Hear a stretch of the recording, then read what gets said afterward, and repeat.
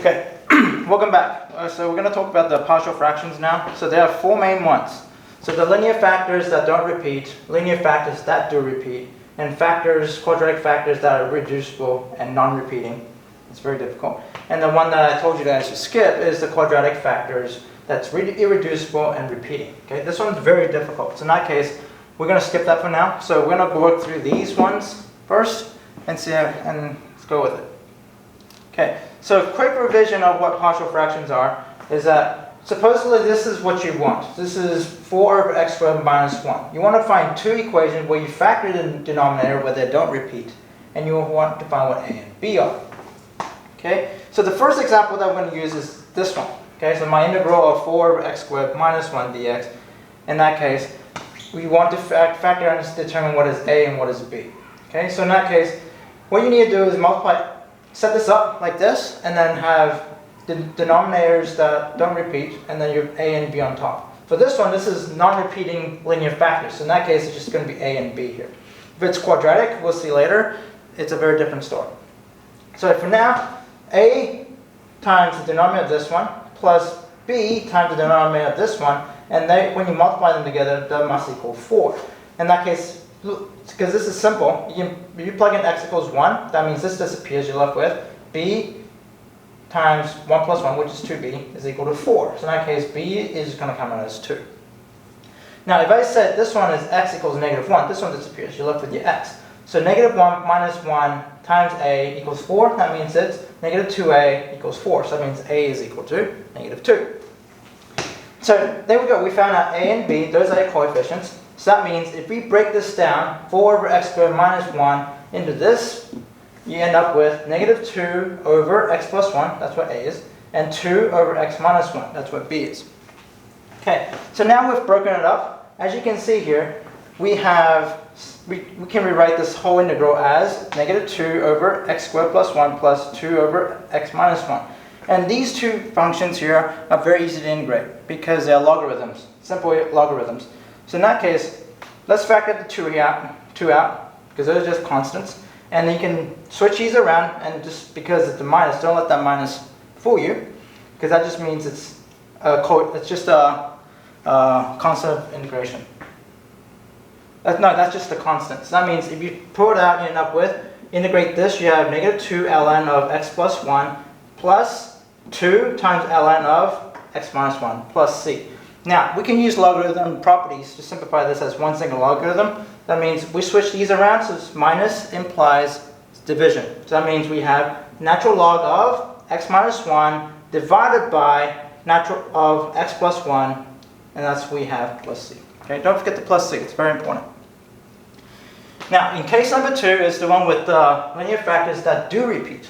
So in that case, this is the example. The integral of x plus 2 divided by x cubed plus 2x squared plus x, and you want to integrate with respect to x.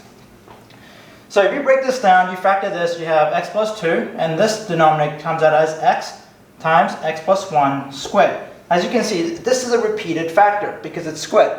So that means you have to break this down twice. So that means a is just the coefficient for x, and then x plus 1, and then x plus 1 squared. Okay? If this was cubed, then you have to do the third one is here as well. So for this one, we have 1, 2, 3. So we have a total of 3 terms. X plus 1, and x plus 1 squared. Okay? So as you can see, let's just multiply it out. So in that case, what's missing over here is x squared plus x plus 1 squared. So you multiply it, so you have this. And then what you're missing here is an x and x plus 1. So you multiply it by x and x plus 1 for b.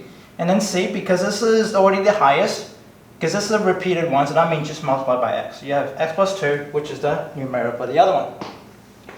Now, let's multiply everything out. We end up with ax squared plus 2ax plus a plus bx squared plus bx plus cx is equal to x plus 2. Now, different to what we did over there, this one, let's go ahead and match the coefficients based on the powers. So in that case, my x squared term, I have a and b. So in that case, a plus b must equal 0x squared because there's no coefficient of x squared in this problem. In that case, that implies a must equal negative b. Now, my x terms, we have 2ax plus bx plus cx. So if I factor out the x, we have 2a plus bx plus b plus c is equal to 1. In this case, this is the 1 from the original question. Okay, so it's just going to be 1. That implies 2a plus b plus c must equal 1. And the last one here is the coefficient for a. In this case, the constant. The constant here is a is equal to 2. So match it up, a equals 2. Because we know a equals negative b, so that means b must equal negative 2.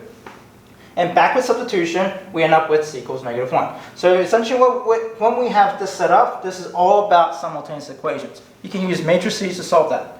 So that's the shortcut if you need it. Okay? But on a test, you probably need to do this by hand. So if you want to save time for now, you can just go ahead and use matrices, but on the test you will have to use it.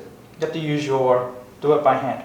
Okay, now that means we found the coefficients for a, b, and c. That means my a is equal to 2, my b is equal to negative 2, and then my c is equal to negative 1. Now, because we already simplified this, the coefficients here are very easy to integrate. Because in this case, the denominator is just going to be the logarithms, except the last one. So that means we can rewrite our integral over here as the integral of 2 over x minus 2 over x plus 1, and then 1 over x plus 1 squared. So 2 over x, again, these are the coefficients, so move them outside. So you have natural log of x, and then you have x plus 1, so it's a natural log of x plus 1 times 2, and this minus, and then don't forget your signs. And then you have this one, okay? This is a different one. This is just denominator squared. That means you just integrate it, decrease the power by 1. You end up with increase the power by 1. In that case, you have x plus 1. Don't forget the negative. Negative becomes positive because you're switching signs. Now, what you end up with, again, using log properties, subtraction implies division.